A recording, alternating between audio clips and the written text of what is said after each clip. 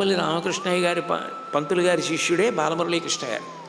బాలమురళీకృష్ణ గారికి సంగీతం పక్కవాద్యం వాయించడం ఎంత కష్టమో వినాలంటే అన్నవరపు రామస్వామి గారి దగ్గర వినాలి. ఆయన మాట్లాడుతుంటే, ఆయన చెప్తుంటే ఆశ్చర్యం వేస్తుంది. అటువంటి వ్యక్తి పుట్టడండి.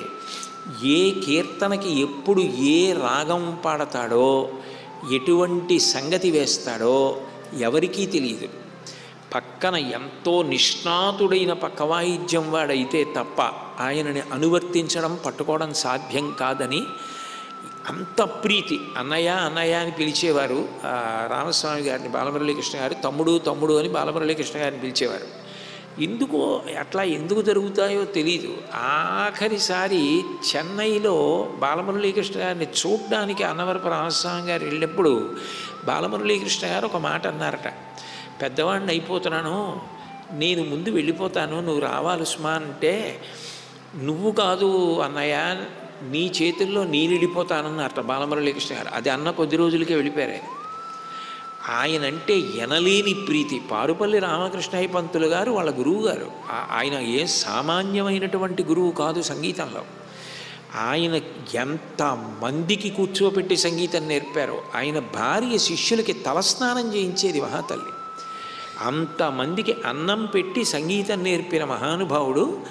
ఆయన సంగీత ఉత్సవం చేసి మేడ మీద కడితే మనవడు తాతగారు తాతగారు రోజు తెల్ల పంది వచ్చి ఈ సమయంలో అరుస్తోందండి అన్నాడు. ఆయన అకస్మాత్తుగా కుర్చీలో కూర్చొని వచ్చింది తెల్లపంది అని ఆ మడిబట్టతోటే కిందకు వచ్చి నిలబడ్డారు. ఆ పంది ఆయన ఎదురుగుండా వచ్చి నిలబడింది. ఆయన నమస్కారం చేశారు. ఆయనలో తేజస్సు ఆ పందిలోకి వెళ్ళిపోయింది. ఆయన పడిపోయారు. అది అంతర్ధానం అయిపోయింది. అంటే సాక్షాత్ విష్ణువే ఆయన ఎదురుగుండా వచ్చి తేజస్సుని కలుపుకున్నాడు. పారుపల్లి రామకృష్ణయ్య పంతులు గారు, సుసర్ల దక్షిణామూర్తి గారు, వాళ్ళ వైభవం అసలు నిజంగా సంగీత సాహిత్యాలు పరిఢవిల్లవం. వేటూరి సుందరరామూర్తి గారికి ఉన్నటువంటి ప్రీతి, ఇవన్నీ చూడాలి అంటే ఆ పెదకళ్ళేపల్లి, ఆ దివిసీమ క్షేత్రాలు ఎంత ప్రశాంతంగా ఉంటాయో, హాయిగా ఉంటాయి. గుడి లోపలికి వెళ్ళి దర్శనం చేసుకుంటుంటే ఎవరో గుర్తుపట్టాలంతే తప్ప ఏ హడావిడి ఉండదు. హాయిగా ఏ పెద్ద చెట్టు కిందో కూర్చొని కాసేపు మనకి నచ్చిన స్తోత్రం చేసుకొని అక్కడ పుట్టిన మహాపురుషులందరినీ తలుచుకొని వాళ్ళందరి గురించి ఆలోచించి సంతోషపడిపోయి తిరిగి వస్తుండొచ్చు. నాకు అత్యంత ప్రీతిపాత్రమైనటువంటి క్షేత్రములు ఆ దివిసీమ.